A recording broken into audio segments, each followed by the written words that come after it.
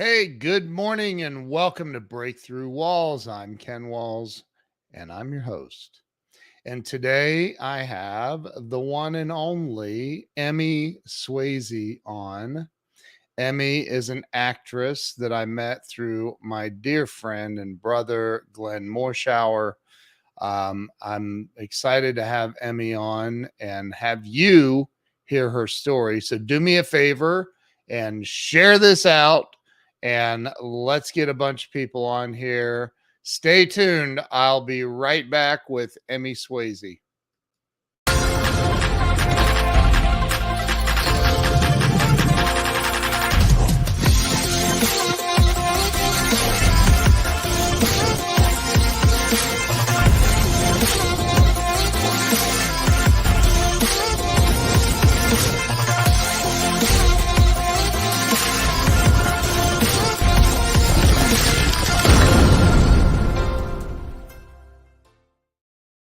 And we are back. Let me bring Emmy on. Emmy, welcome to the show.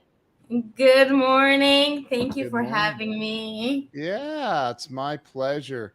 So I met you through Glenn. You are in his acting class, and I heard a little bit of your story one night on there, and when I was visiting, and I went, "Hey, let me interview you." So here we are.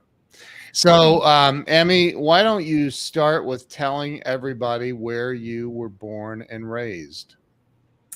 So, I was born in Alexandria city in Egypt. Oh, My wow. family, yeah, we are Alexandrian Egyptians. My family moved here when I was 4. Mm, And not here, Houston, because nominally, but they moved to Houston when I was 4. I grew up I grew up between Houston and Egypt, really, here and there. But then around uh, 16, we just settled um, in Houston. wow. So, yeah. So, where did you spend most of your childhood? Between Houston and Egypt. So you were born and then immediately moved here? I was 4, yeah. Oh, okay. Okay. Yeah, my sister is like 5 years younger than me, and she was born here in Houston. Okay. Okay. So when you is English your second language then?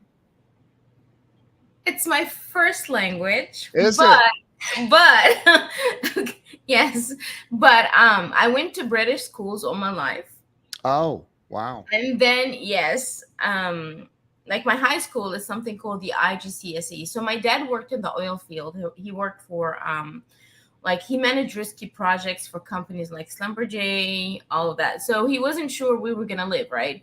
He was Got between it. the US or England. He was obsessed with England. He has a lot of projects. And then you have Colombia, Middle East. I mean, it's all over, right? So he put me in British schools, and they have something called the IGCSE, which is like a certificate from Cambridge. It's Mm. accepted everywhere as a high school equivalence, right?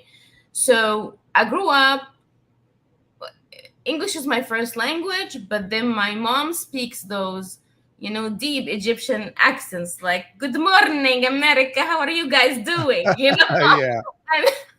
And, and then most of my teachers, British and French, and then comes my dad with a little bit of a like an Italian Egyptian accent. So, and I learned Arabic, of course. That's a whole different adventure that I can share later. But you know, um, I have Arabic, I have English, I have a little bit of French, but not much. And I developed that accent. But English is my first language. Wow. That's I had no idea actually. I would have figured that cuz in Egypt it's primarily is it Arabic? Is that Yes, the, Egyptians have their own version of Arabic okay? now, but yes, it's considered Arabic for the most Kind of part. like here in Texas we have our own version of English. Yeah. But if I go to Saudi Arabia, and I've been to Saudi Arabia and Dubai, I will Yeah. not understand their Arabic for most Really? part. Yes, I will struggle a little bit. But then Egypt, everyone understands Egyptians because they're like Hollywood in the Middle East, right? They do all the movies and the music, so the Egyptian vocab, I guess, and dialects are like understood by everybody. Um, Isn't Egypt a pretty wealthy country? I don't know about wealthy, but they struggle financially. A lot of people, Really? do. But it does have a lot of course, investors. Well, Yeah, I mean, somebody's rich in Egypt. I'm sure the government is. Yeah. Right. But Right. yeah, but no, they're a third world country for sure. So, but your parents are from Egypt originally? Yes, so all my Okay. family are Alexandrians. That means we are from Alexandria on you know what, on the Mediterranean. So it's a Greek, the only Greek city in Egypt. Oh Um wow. it's like where Cleopatra and Alexander the Greatest, you know. Um Wow. so yeah, that's my mom and dad and grandparents, like Yeah. original Yeah. Alexandrians. So you still have family there? I do have an uncle. Okay. Um but yeah, I do have an uncle and cousins. Okay. Um So what when so you said you were 4 when you moved to Houston, mhm. Texas. Um why why not just why didn't your parents just stay in Egypt? Why did they want to come here? Because my dad had great opportunities with those big companies. My dad is Oh, a very overachiever, yeah. Yeah. workaholic, you know, Yeah. just in the oil field, you know. Yeah. Um, and he just loves what he does, and he wanted an opportunity. So he was offered a very good job in Halliburton, which is a really good big company, you Yeah. know, and he wanted a better life, you know, for us. I mean, Egypt is beautiful. I don't think Egypt at that time, especially, you know, I don't think it was the style of life for my dad. It was more Yeah. like, you know, he needs to take it above and beyond in his career. I mean, Houston doesn't have pyramids. You know? You know, it's funny. Everybody knows the pyramids, but honestly, Egypt has a lot of history. Very, very, very huge history. Yeah. There's much more than just the pyramids and Cleopatra, and you know, it has deep history. And you know, I plan on educating people about the history of Egypt through my scripts, a little Yeah. bit here and there, you know. Um, but you know, yeah, the pyramids are very, very like they're like, you don't know how they're built. Joe says Egypt has pyramids. Yeah. Pyramid, Sphinx, yeah, Egypt is unique. I agree. So what about because I've never been to Egypt. I've never been over there at all. So what is it that you love about Egypt? I'm just curious. Like what is because I don't know anything about it except for the pyramids. That's it. And I've heard there's camels roaming around the pyramids too or something. I think the camels are just for tourists in the tourist area. Are they really? Yeah. Nuh-uh. Like people don't ride camels, like, you It's know. not a primary form of transportation No, anymore. it's not. I love Alexandria. I'm in love with Alexandria because of the beach, the Mediterranean Sea. I mean, I could just sit there forever, right? Yeah. And another thing I love about Egypt is the charm and the Red Sea, and you know, if I go to Egypt, there's the beach. I mean, I can live there. But if you understand the culture, Egypt is very interesting. Like, there's a lot of kind people. There's a lot of, you know, I mean, you just have to understand the culture. Yeah. Um, they used to call me Eman America. They called you what? Eman America, like American Eman, like, you know, because my legal name is Eman, like that's my Yeah. birth name. But Right. Egyptians don't use, like, they like to use nicknames, right? Like Emmy, like my mom calls me Amuna. My friends Emmy, like, you know, like, you don't know. Wow. They don't use Eman just plain, you know. They like to, you know. They like cuteness in the language. Yeah. But if you understand the culture, there's a lot of kindness, there's a lot of, simple. um i I enjoy going to Egypt. I haven't been there in a while though. But when I graduated, I got a job in a music production company, because one of my friends is like a big. When you graduated, what, high school? No, computer science from U of H. Oh, Yeah. I got it was like a digital content specialist or something in a production company. It was a big, huge production company. And me on arts, right? My family don't believe in arts as a job or a career. But right. me, sometimes I'm like, okay, I'm a good girl, I'm gonna listen, but then acting, music, films, and all of that. So when I got when my friend was like, hey, I can get you a job at a production company, I was like, oh yeah, please do. Um and I accepted the job. I lived in Egypt for a couple of years, but then I came back. Wait, you lived in when after you graduated from college, Yes, you yes, moved to Egypt. yes, because So of that let me production ask you, company. do you have dual citizenship then? Is that Yes, how that yes, I really? do. I do. So I do. you can just like go to Egypt and you're a Yeah, citizen there too. yeah, Wow, yeah, that's yeah, kind of cool. yeah. I worked in Egypt. Joe says that cuteness is how people describe him, so should he move to Egypt? That's not how I describe Joe, just for the record, but um so you said a minute ago that, or a few minutes ago, that through your scripts and things like that, that you want to teach people about Egypt. What do you want to teach people about Egypt? I'm very curious about Egypt, and I kind of want to go there now. um Let's go. but is there a lot of, isn't there a lot of um um war and stuff, or is Egypt not in all that Middle East war There's stuff? not there's not war as you define war. I mean, Egypt had some hard times with politics a little bit when they removed the president, they chose another president, and the army took over. But I wouldn't say Egypt is in war. It's more like Cold War, I guess. I don't know. It's political and religious indifference, you know. I always think that there always going to be conflict because it's part of politics, right? Yeah. Everywhere. And I think in Egypt, Egyptians are they're peaceful, right? But politics and religion play a role. But honestly, you won't feel nothing if you go there. Just. And it depends on who you hang out with, right? If Right. you see there people about, oh, we are the messengers of God and we are here to correct the world. And yes, you're Yeah. gonna have haters. Yeah.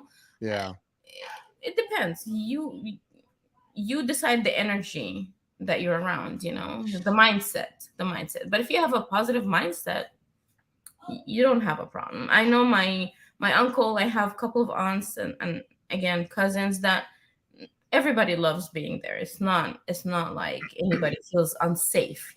Right. How is there a cultural difference? um like, did your mom work? Did she have a job when you were growing up? Is there a cultural difference in the way women are treated in Egypt as Yes, opposed to here in the US? yes, What's yes. the explain the differences? And I don't want to upset anyone, right? Well, But no, you're not upset. You just it's not about upsetting anyone. It's about just telling your story and educating people. That's all. it was a very challenging life for a single woman, right? So eh, with I mean, that was a long time ago. Again, that was like God knows what, in Right. Right. 2003, 4. So it's getting better. But when this is my personal experience, when I lived in Egypt, I didn't feel that women were treated equally. Like, women are not looked at as they're smart. And in a lot of businesses and work and cultures, a smart woman is not a good thing, right? Women are Oh, supposed to be cute dancers, and I'm gonna tell you a secret. It's not really a secret, but it's just metaphorically speaking. But at that time, um, I was the only female lyricist that was working with stars at that time, right? So my main passion is acting, and I'm an actor, right? But I do write lyrics and scripts and stuff on the side. So I did write a couple of well-known classics for a lot of big stars, but I was the only female at that time. Females were more looked at as dancers, singers, actors, anything that has the physical beauty, right? yeah. That creative mindset. And a matter of fact, everybody was surprised because, oh, wait a second, what the heck? I mean, she can write things, she's flirting with a woman in her lyrics. I mean, I wrote very strong stuff that was a cultural shock for a lot of people, right? Um, and it felt great. Now, most people accepted it. Matter of fact, most people fell in love with the idea. A lot of women were inspired, but there was a difference. It was very hard as a single woman. I've been judged. For example, I could not invite any male friends to my apartment. The security will be standing there. Oh, she's a single woman. Where you go, you can't go there. Really? Yes, yes. Serious? Like security, like the police? Yeah, like the apartments. I lived in a decent area, with security for the building and stuff, and he will not let men into my apartment because I'm a single woman. Wow. Yeah, it was tough. It was, and then I moved to another area where most celebrities live, and I had a lot of friends living there. It was a little bit better because celebrities, Yeah. were all like, yeah. It was a little bit better, less restrictions and stuff. But yeah, in the majority of the time, in the just general Egypt, and if you go to the different areas, it's harder. Like, I'll give you an example.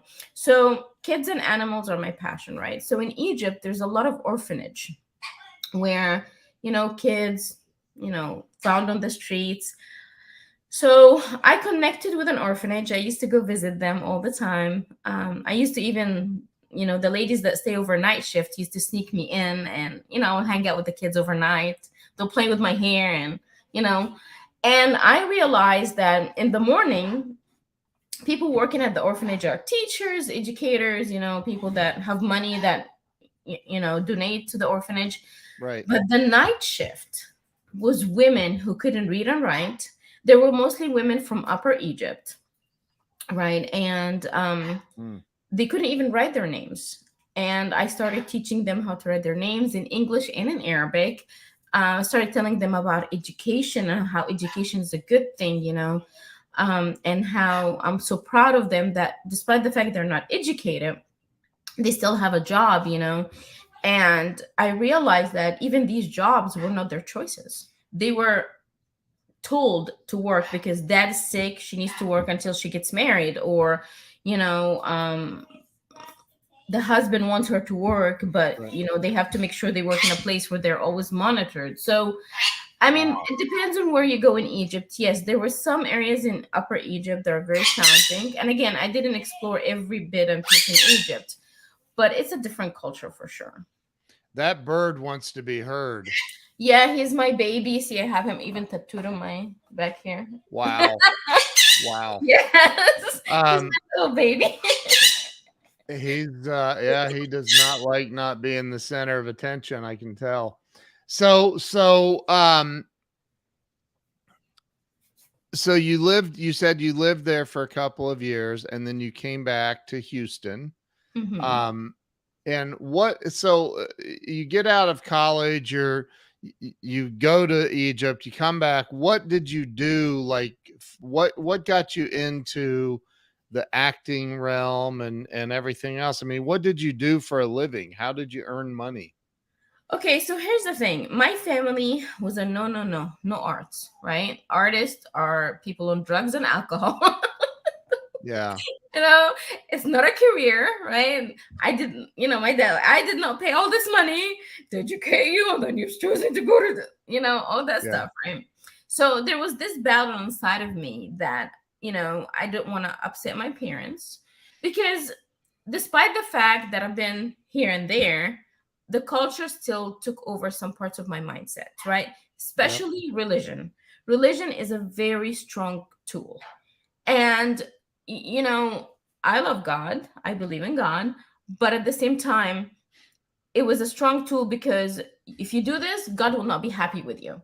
If you do this, it's very harsh. So Yeah. there will always this, okay, you know what, good choices are hard, because what's fun is wrong, having fun is wrong, doing what you love most time is wrong, which is not the mindset I agree with 100%. I mean, absolutely, I don't believe in that at this time at all. Right. But so I had to forget about my music. Matter of fact, my dad was so mad at me and he stopped talking to me for a few years because Wow. one of the very famous Egyptian singers and composer, he was in love with me and he proposed. He wanted to get engaged and he was like, look, let's do it right away in Egypt here. We have to ask the dad for marriage. The dad has to approve it, right? And I said, Right. okay, yes, I don't want to upset my dad, but my dad hated it. He stopped talking to me for a few years, and we broke up very quick. It didn't last. I mean, Yeah. you know, um, but just the fact that I am in love with someone who has fans and known, that itself freaked them out.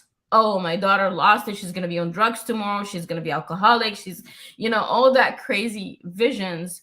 I Yeah. mean, and it's not wrong. Entertainment is very challenging career, but at the same time, we have a choice, right? We Yeah. choose the Not path we not want. everybody's on drugs and No.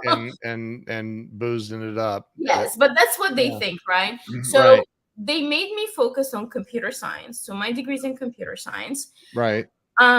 And when I graduated, I got some people that knew my dad from Halliburton, and they like, hey, let's get you a job. There's a lot of positions in Iraq and Middle East. I mean, but A job doing what? Computer science yes, stuff? computer science in the oil Okay. field, right? In the oil fields. Okay. Yes. And then when I looked stuff up, I realized that the war and the oil has to do with war and politics. And Right. I was Right. like, nah, I'm not gonna do this. And I said, I'm either gonna do arts Yeah. or I'm gonna work with kids. I mean, I'm just gonna do what my heart loves, right? Right. Right. Which is sad because I understand that I have very good education, and but again, um, Why is that sad? because my dad feels bad. He spent too much money educating me. Oh, I feel yeah. bad for him, but I Yeah. mean, it's not wasted because knowledge itself opens our mindsets. An educated person, and I don't mean educated like let's go to school only. You can Right. educate Right. from books, Yeah. but I'm well educated, but I have to do what my heart wants, because if you're not passionate about what you do, you're gonna do a terrible job at it. It's just gonna suck That's at right. it, you know. So I I changed my mind. I was like, nah, I don't want to do this. And then one of my best friends, his name is Bahauddin Muhammad. He's a top lyricist in Egypt and the Middle East. He wrote 90% of the top hits in Egypt and a lot of Lebanese. And he said, why don't you come to Egypt? I would love to get you a job. And it was called Free Music. It's one of the top companies in Egypt. I said, oh yeah, I would love to. He's like, yeah, just come, And I was like excited because I'll go hang out with my singer friends, and I love Yeah. Egyptian music, and it's crazy, right? Right. And they were like, yeah, just come. I was like, okay, I'll come. And I accepted the job. And I wasn't really planning on accepting the job. I just went there and explored it. And yeah, I fell in love with the place. And Cairo is a very open place, right? Like a lot of places here in LA is similar to Cairo. Yeah. It's just a very open place. Sorry, my bird. But I started working in that production company, and then I got a better offer from a bigger production company, like the top production company in Egypt. And they have TV channel. It's called Mazika, And I started working, and then I made relationships with a lot of celebrities and singers. And one day, um, one of my, my friends came to me and he said, Microsoft has asked me to make a song for orphans. There's an orphanage day. They celebrate orphans that day in Egypt every year. And they make like celebrations, and people donate, and you go visit the boys and girls, and you can, you know, just to make a difference and help these orphans out. And Microsoft asked for me. They said, we want the lyrics to be written by Wow. Eman America. Yes. Yes. They Wow. they know how much I love kids. I mean, when you are, in a relationship with someone, with known figures, you tend to, they know about me, right? Right. So I wrote this song. It was supposed to be half English, half Arabic, and I was supposed to write the English part. And someone else was supposed to write the Arabic part, but they couldn't afford the big names. And of course, I didn't have a name as a lyricist in Egypt. So, what ended up happening is they said, you know what? Let's see how it looked like if she writes the Arabic version of it. And yes, I ended up writing a full song, and that was my first, Egyptian song. And I did a voiceover of a kid. I mean, it's on YouTube, and I can share Wow. it later. Yeah. And what ended up happening is I've touched many hearts and minds with that song. That's And it's because it's from the heart. Kids are my passion, I had a challenging childhood, um, very, very challenging childhood. And when what was challenging about your childhood? um I don't want to upset my family, so I'm gonna keep it simple. Oh, But I had very, very strict family. ah, I yeah. was, physical punishment was really a very it was the normal, right? It was the normal at that time for them. But also I was very lonely here. So Mm, I was not seen as an American no matter what I do. got it. Okay. Yeah. Um, I was, I mean, God knows how old I was, but I was so young, and I remember people calling my mom terrorist, radicals, Uh, Wow. yes. And when I turned 14, I started wearing a scarf, right? And it was a nightmare. Nightmare. Very, very bad nightmare. I mean, Wearing what? a scarf, how most Muslims wear a scarf, or a Ah, lot of women, it's yeah. and I did it just because I thought at that time I was pleasing God. Now my beliefs changed, but again, Yeah. Yeah. it shouldn't be something that makes me miserable, right? But no, Right. in Houston it was very tough. um you know it's a lot of ignorance, but it's getting better, to be honest. So right now it's getting better. But I mean, it was a very tough child. I had no friends. um Even my first love, I couldn't date him for past a week because his mom will not accept those radicals in his life, referring to people of, uh, it, my religion simply, or my family's religion. And Wait, how old were you? You said 14? when I started dating him, I was like 17. That's when I And went he to was college. he was not Muslim? No, he was a Christian. He was just Okay. you know, Yeah. but And your when I family people didn't like that. my mom didn't, of course. Yeah. My Yeah. dad doesn't care. My Yeah. dad is more of, hey, I believe in God, and that's, yeah, we Yeah. practice prayers and stuff like that, but at the same time, it's all the Abrahamic religions. Yeah. We don't know what's right and what's wrong, and this is just, again, just us, because these religions are so back then. Yeah. It's not about, for me, it's not about um it's not about, oh, I'm gonna follow this book, and this is how I define God. For Right. me, especially at this level part of my life, it's important for people to understand that the love of God will lead to one thing only, and that's honoring humanity, because He created us, right, Yep. and animals and every creation, and His love equals loving what He created. So Yeah. peace, kindness, human, and you don't need to believe in God to know what humanity means. You don't need to Right. believe in God to know what kindness means. So for me, it's good vibes, serving humanity in every way, shape, and form. And you love God, great. I love God too. You don't believe in God, that's fine, because you know what? We can't see him, we can't touch him. So there should be no debates about any of that crap, you know. Yeah. Yeah. Um, but It religion, sounds like your bird wants to debate it. yeah. You wanna see him? I'm good. I can hear him. I Yes. can definitely hear him. Fine. So when you were, I mean, I can see that, you know, it always blows me away that, there's such a huge difference in the way people feel about religion. I believe all religion is man-made. I don't think that Mhm. God had any part of any religion at all. Yeah. Any religion. I don't care what it is. That's not who God is. God is love. And yes, I totally agree about the humanity thing. So you went to Egypt, you come back, you're in Houston. Where did you start working when you got back? I decided. So first, I was like, okay, let me do my master's in artificial intelligence because I was, I couldn't survive in Egypt, right? Yeah. But I had fun writing lyrics and dealing with actors and singers and musicians. So when I came back, I was like, okay, I just need a job. I need to pay for my bills, and all of that. So I decided, let me do my master's in artificial intelligence.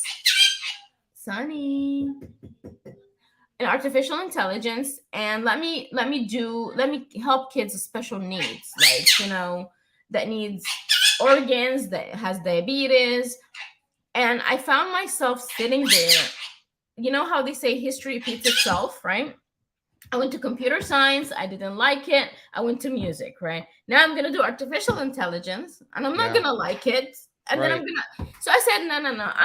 I'm going to break this. No, that's not going to happen. Right. So what I ended up doing is I said, okay, let me teach kids because I love kids. And then after that, I can keep up with my lyrics and screenwriting. I knew acting was not a choice, again, because of religion, right? Acting was a Yeah. bad thing to do. We're not gonna do that. You're not gonna get kissed by a man. You're not gonna be in bed. All this stuff they feed in my mind, right? No, acting is not applicable, right? So I didn't mind a little bit of lyrics, songwriting. I did a little bit of audio engineering, but I focused on teaching for my income, right? I fell in love with kids, absolutely fell in love with kids, and it was very good because I taught in an area called Pasadena, Texas, not Pasadena, California, Pasadena, Texas, and I had to deal with kids in fifth and sixth grades who are on drugs. I was well educated about gangs from my kids. I had a lot of gang activities at the time. And believe it or not, I'm talking about fifth and sixth graders, gang members. So it was a very, very eye-opening, heart-opening experience for me, because, these kids, everybody will judge them as evil and bad and criminals, and they go to jail. And I was the only one who can see them from a different eye, like, no, these kids are victims of emotional abuse, Right. physical abuse, cultural abuse, and all they need is love and someone to tell them how much, I believe in you. I believe in you. I believe in you. This is the main thing that makes a kid go from a criminal. And believe it or not, I have gang members who are now nurses and people that you just would love being with. I'm not saying there's too many of these cases that took place, but there are a lot of well-known stories. Well-known stories. Yeah. I have one of my students who was a Pasadena homie. I'm talking about a gang. I'm not going to say names because we're not allowed to discuss that, but he was a Pasadena homie. 2020, he graduated as a nurse from San Jacinto College with a 2-year diploma. So to me, and all it took is 1 year with him. So I started falling more in love with not just that. Let me do arts. I'm gonna use arts to help kids believe in themselves, to make a difference. What You know, kind of arts? A lot of art. So, for I mean, example, painting, uh, singing, movies, acting. movies and singing, because that's my Okay. passion. Like, I'll give Okay. you a quick example. And I apologize for my bird. I don't know. He's not like that, We're but down to just a couple people watching now. I think the bird is still taking the show. Go ahead. I'm What sorry. were your examples? So, for example, there's orders of operations, right? Orders of operation. Everybody in the U.S. struggles with orders of, not only U.S. in the world, right? Yeah. So, and I got in trouble that day a little bit with the admins because they walked in there, they saw on my board that objective is to kick Deadpool's bottom, right? I didn't put butt or ass or any bad language. I just said the lesson objective is to kick Deadpool's bottom, right? Mm. So basically, we watch X-Men Origin, right? And we play it and we do math. We break the prison, so parentheses, you free the mutants, you combine the numbers, and when they're united, they get their powers back. All right, you block times attack divide cut minus heal plus. So that's how we do orders of operation. So kids love it, and I use a lot of things. There's also a post I made on Ben Affleck's Facebook page, and Ben Affleck replied to me. And one day, one of my autistic children came in, and he's high functioning autistic, right? And I had a lot of Yeah. autism, I mean, in my classrooms. But the kid came in saying, "Hey, miss, Batman is autistic." And I was like, what happened? He's like, "Yeah, Batman is autistic." I'm so excited. I said, "Okay, so what's going on?" So at that time, the accountant was released for Ben, and then he was announced as the Batman, right? So the kids connected that an autistic character is now going to be my Batman. So it was so inspiring for them to see that Ben played a autistic person and now he's Batman. And I started using Batman and Superman in my classrooms. You know, um, so Ken, let me get that bird. I'm sorry. Okay, go ahead. Yeah, it's really, really bad. Yes, Yeah. I know. He never does that. I'm sorry. It's okay. It's okay. Hang on, she'll be right back. I am here 2 steps away. Okay, sit on mama. All right. He'll be fine. Okay. Sorry, I'm back. Okay. Okay. Oh, I thought you were putting him in another room. I used to No. have a bird, and every time I turned the TV on, so I'd take his whole cage and put him in the garage. And Oh, finally, his wings grew out and he flew away. oh no, my baby won't flow away. But yeah, so yeah, he can be. Yes, I know. But I live in a 1 bedroom apartment for now. So Got you. So you started teaching in Pasadena, mhm. which is I used to live in Pasadena a long, long time ago. Okay. So what? So now you're in Glenn Morshower's acting class. And have you done like some movies? Have you done anything like movies or commercials, Yeah. anything of that nature? So let me tell you a little bit after becoming a teacher. So at some point I got diagnosed with MS. I got diagnosed with something called MS, Oh, which wow. yeah, which was a fake diagnosis, right? It was not true. They thought I had MS, but what Oh, I okay. really had is a virus, an anti-immune virus or something. So my nerves were inflamed. It attacked like my neck nerves, so I wasn't able to move. Wow. Or at least move normally. Yes, all my nerves were damaged on the left side. My right side was able to do some work, but it wasn't that great. And I have diabetes since I was a baby, so diabetes and nerves takes only forever. So it delayed all my arts back, right? And then I got married. It was a very abusive marriage. It was a very abusive marriage, Mm, and I mean, thank God I'm divorced. But yeah. again, you know, um, Oh my Lord, sorry. It was a very abusive marriage, and I was still struggling with that nerve. And I decided one day, that I'm gonna get divorced and I'm gonna live my life and I'm gonna start making movies. I'm gonna start acting. There's a lot of details, of course, that how this happened. I don't know how much time we have left, but basically, movies are the reason why I got back on track. You know, and I decided that no matter what I do, no matter what I think, it's always gonna be movies and acting. That is my passion. That reminds me of how important is my prison, right? I'm out of this prison. No more prisoning myself. I'm gonna do what I love, Right. and I know what I do. So I divorced, and I decided to take acting classes. Of course, I didn't go straight to Glamour Shower, but I've been through a lot of acting classes. And my first audition was very, very interesting. Um, I went to a very big open call, right?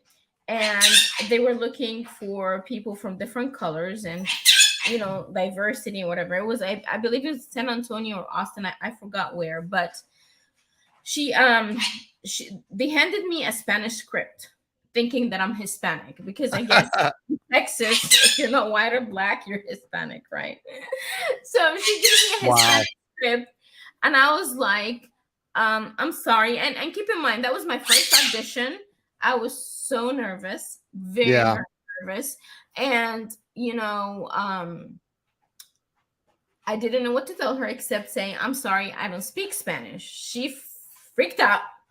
And she's like,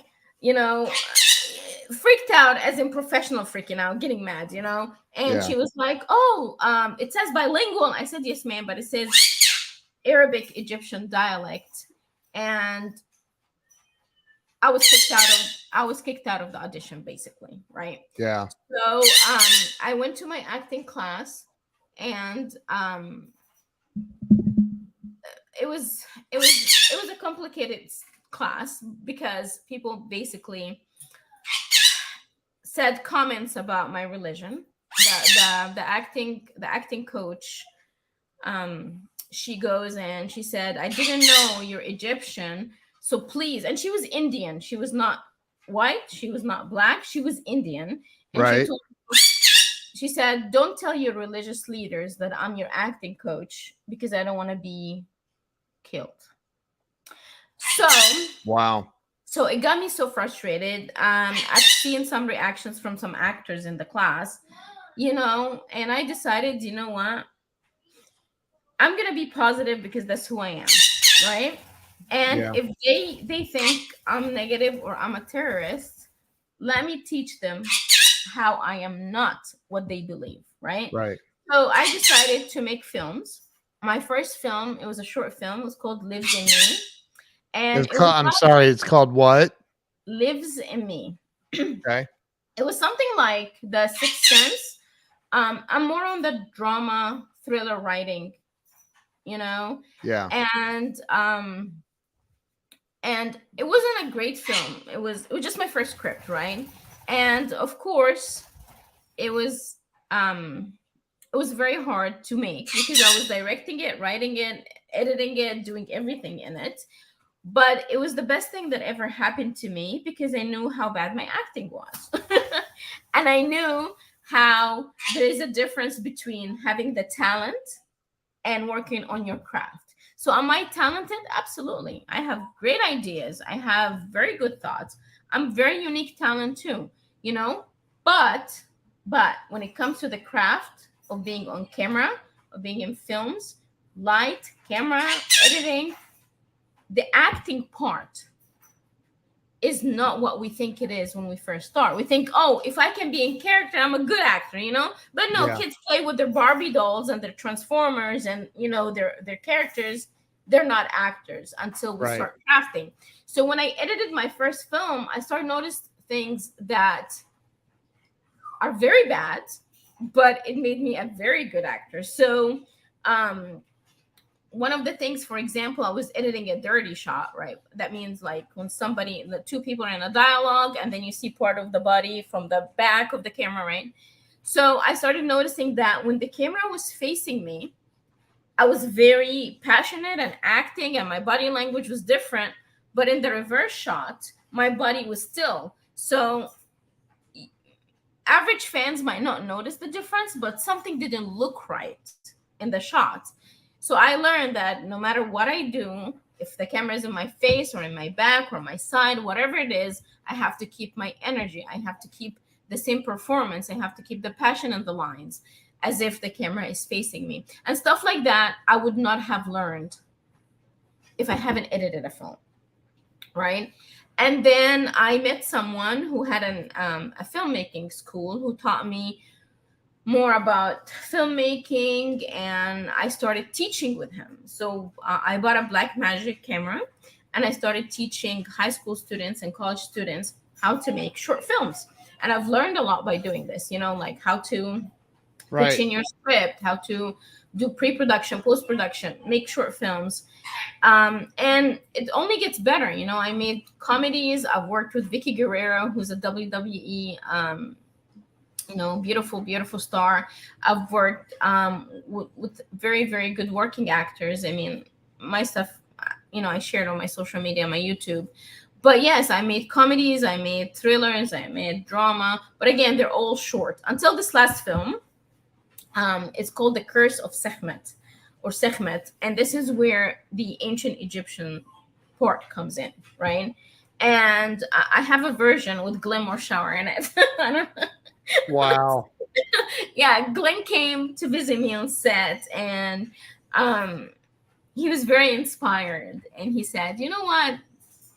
Do you want me to improv some lines in your film?" I was like, "Glenn, are you kidding me? That will honor me so much." And Wow. he improved the scene with the child. And the movie is about an autistic child, and I did cast a legit autistic child. So Wow. Glenn gave us a line or two with that beautiful child, and it was a great Wow. experience. It's a feature film, but I don't have a budget for a feature, so I made a short. And this was all in Houston? The segment I shot in Dallas. Oh, I shot okay. in Dallas. Yeah. So, That was- so where I can't believe we're already at the end of the hour. What did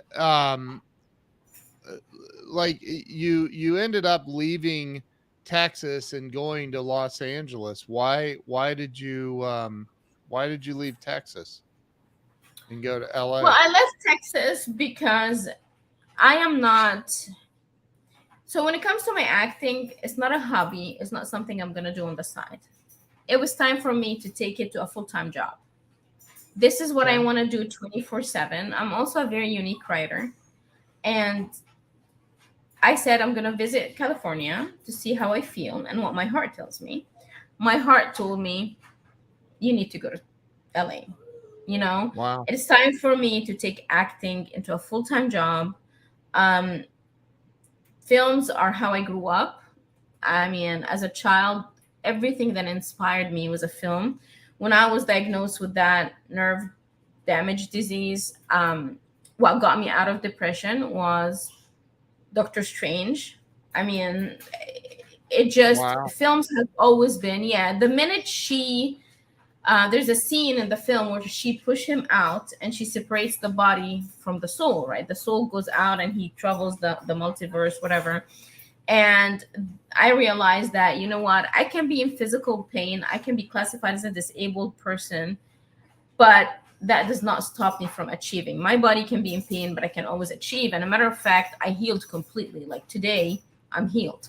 Doctor Strange That's was awesome. released, I think, in 2016. Yes. Um, and when I was young, Men in Black, I don't know if you remember that movie with Will Smith. Oh yeah, I remember it. It was written by my Ed Solomon. And the reason I'm saying this is he's a beautiful writer and a beautiful person. He wrote Men in Black, and everybody would see Men in Black as just a comedy, LOL, let's laugh. And I see it as, a very political movie about diversity and how we see people of color or people that have different, indifference, how we see it as an alien from outer space. If we can learn to get along with aliens and they can live among us, why can't we accept Egyptians? Why can't we accept Hispanics? Why can't we accept blacks? And one of the most inspiring moments of my life is when my Ed Solomon followed me on Twitter. I was it was in 2020, and I was, there was some crazy stuff happening on Twitter, political and all of that. And I remembered Men in Black. I was like, oh yeah, Men in Black, blah, blah. And then a few seconds later, I get a notification from Twitter that Ed Solomon followed you. So it was very inspiring for me. Wow. And yeah, there's a lot of things that, you know, and again, I don't know him closely as a person. It's not like we're friends or anything, but it was just so inspiring that one of the writers that really inspired me throughout my childhood, somebody calls me radical, calls me terrorist. I'm watching Men in Black. Right? And Wow. that person in 2020 follows me on my social media. That was like it was a great inspiration for me. Wow. So, every bit of my life, acting and filmmaking and movies are my best friends. I grew up watching David Fincher. I'm obsessed with David Fincher now. Yeah. A lot of times you'll see me learning body language, eye lines from these movies. So that has been my childhood best friends, films, Yeah. That's and awesome. I'm going to do what I love. That's it. Yeah. I'll tell you, I mean, I know, I've been in a lot of Glenn's classes. He's a genius, the way that He he is. teaches. He is. It's amazing. And that's where we met, was through Glenn. So, what's up next for you? What's coming down the pike for you? Right now, everything is on hold because of the strike. Oh, the Um, writers. but I'm gonna tell you something. I am editing my Sehmet. This is gonna be a big hit film if it's made. I'm trying to find a way to pitch in my feature to producers and EPs and stuff. Um, because I'm still struggling with casting directors. I have a lot of casting directors that don't think I look Egyptian, even though I look legit Egyptian. They think my skin is too light for Egyptian. They think, and a lot of times they just want to classify me as this Egyptian part, even though I can play a nurse, I can play a doctor, I can, I remember my agent was trying to push me in a lot of roles, like Red Notice, for example, with Ryan Reynolds and The Rock. They had an Egyptian featured extra or something, nothing that requires craft, and they wouldn't even audition me for it.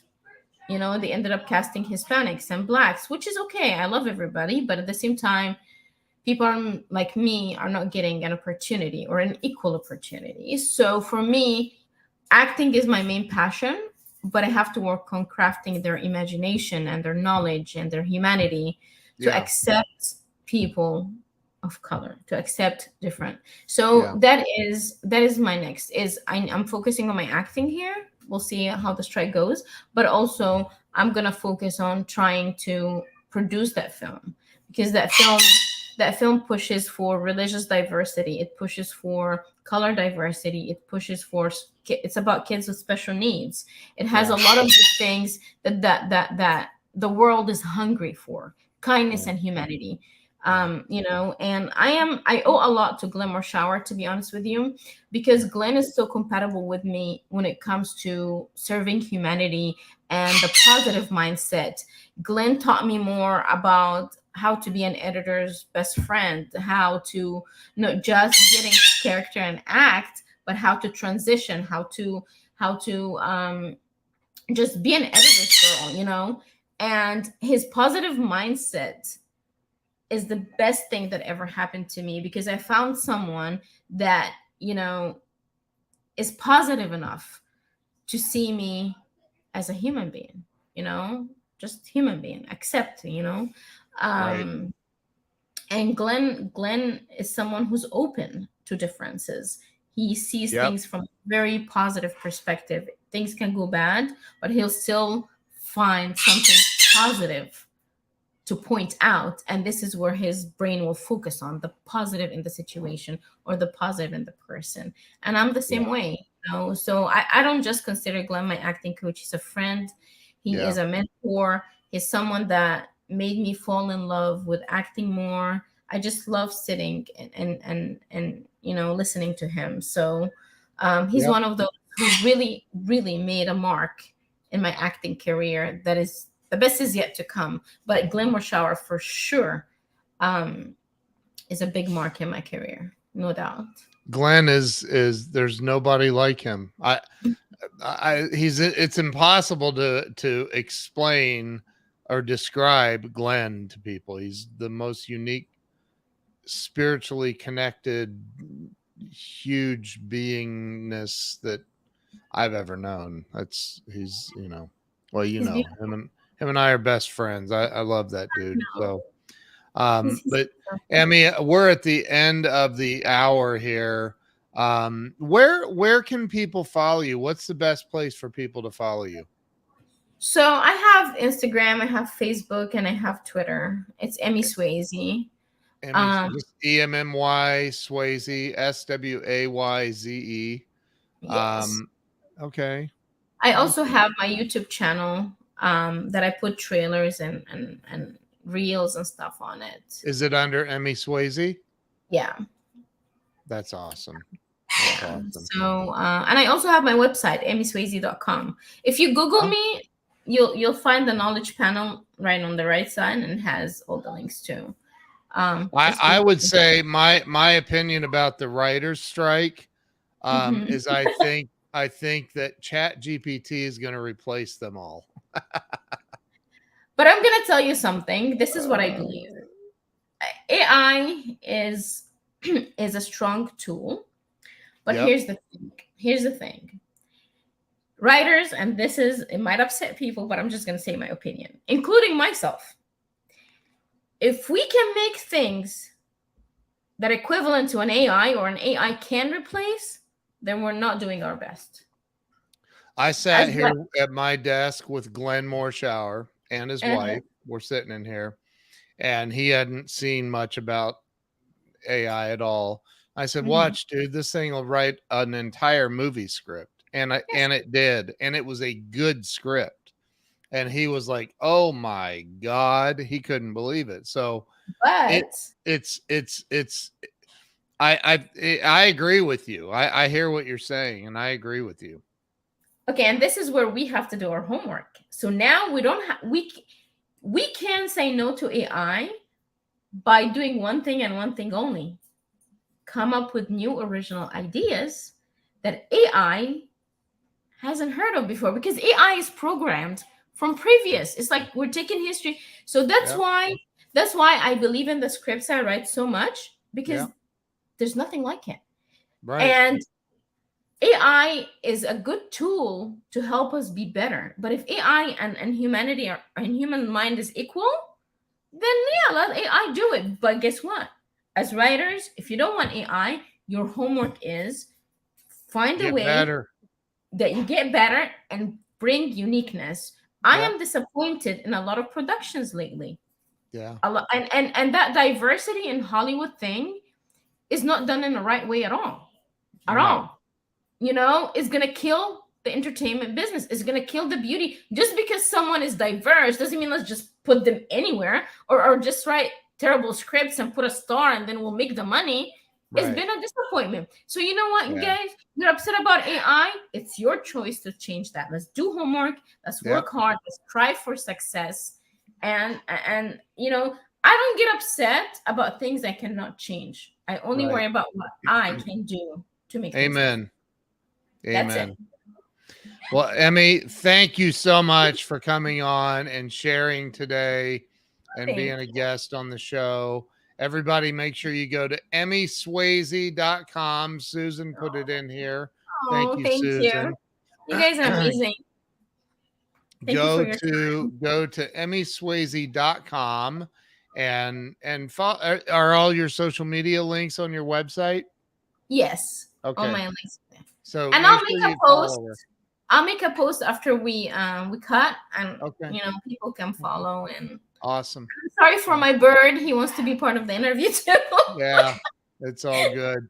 But All he's right. my Well, baby. listen, thank you so much. I appreciate you. Everybody, make sure you follow Emmy and have an awesome, happy 4th of July and Oh celebrate yeah, the freedom that we have happy today for because of the sacrifices in the past. So thank you all so much. Emmy, thank you. God bless you. We'll see you you. soon. Bye. Bye bye.